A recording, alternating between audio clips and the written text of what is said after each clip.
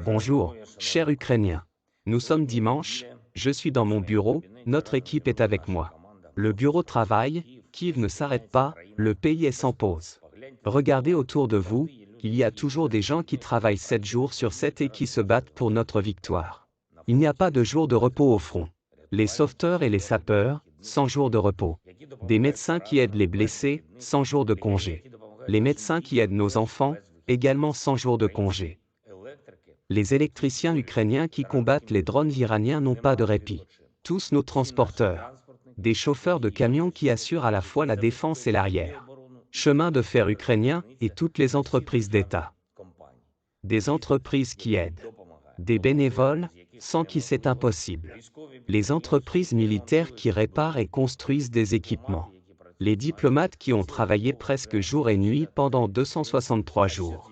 Des centaines et des centaines d'autres sphères et industries, des milliers d'organisations et d'entreprises, des millions de personnes.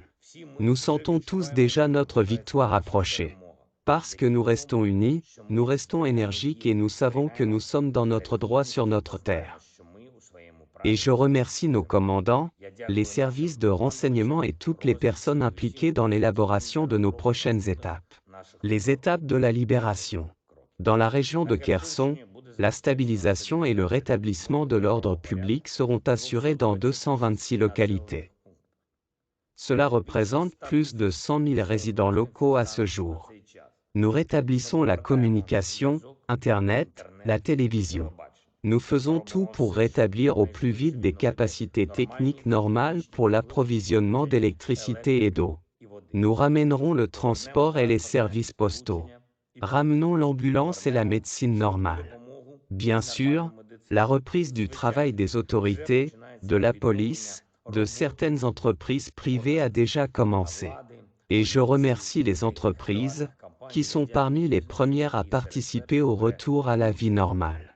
Notre présence se fera sentir. Elle sera ressentie par le fait qu'il y a de la vie. Mais s'il vous plaît, n'oubliez pas que la situation dans la région de Kherson est toujours très dangereuse. Tout d'abord, ce sont des mines. Malheureusement, un de nos sapeurs a péri, 4 autres ont été blessés en effectuant le déminage. Je demande à tous les habitants de Kherson d'être très prudents et d'informer immédiatement les sauveteurs de tout objet dangereux. La détention des soldats et mercenaires russes qui ont été abandonnés sur ce territoire et la neutralisation des saboteurs sont également en cours.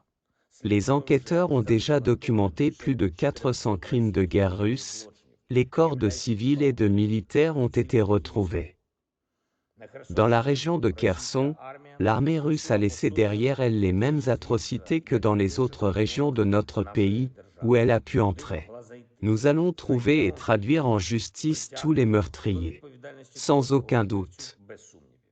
Les combats dans la région de Donetsk sont aussi intenses que les jours précédents. Le niveau des attaques russes ne diminue pas. Le niveau de résilience et de courage de nos combattants est le plus élevé. Nous ne permettons pas de percer notre défense. Je suis reconnaissant à chacun de nos guerriers pour cela. Le territoire de 5 de nos régions a été soumis à des frappes de missiles, d'aviation et d'artillerie par les occupants pendant la journée. Il s'agit des régions de Sumy, Kharkiv, Zaporizhia, Luhansk et Donetsk.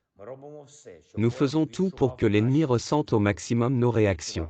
Tout au long de la ligne de front, nous assurons la destruction des chaînes d'approvisionnement, des dépôts de munitions et des quartiers généraux de l'ennemi. Nous devons réduire le potentiel des occupants tous les jours, 100 jours de repos. Cela permet de sauver la vie de notre peuple. Et nous nous préparons déjà activement à une semaine importante pour l'Ukraine, une semaine diplomatique. Le sommet du G20 se tiendra en Indonésie, et notre position y sera présentée. Ce sera très significatif.